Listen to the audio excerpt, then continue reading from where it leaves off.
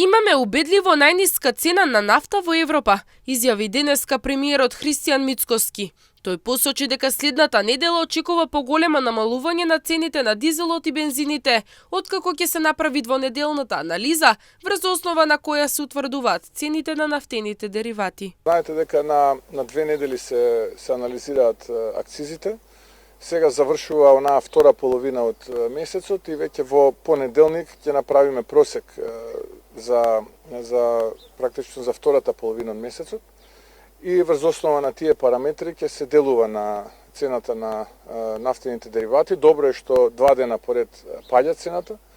Денеска се стабилизира некаде околу $85-86 за барел, така што веќе следната недела очекувам поголемо намалување на цената на дизелот и на бензините. Но на кое што е важно, а тоа е дека ова е берзански производ, сите ние државите купуваме од исто место, а ние како држава имаме убедливо најниска цена на дизел горивото и на безоловниот бензин во регионот, па и во Европа, би рекол.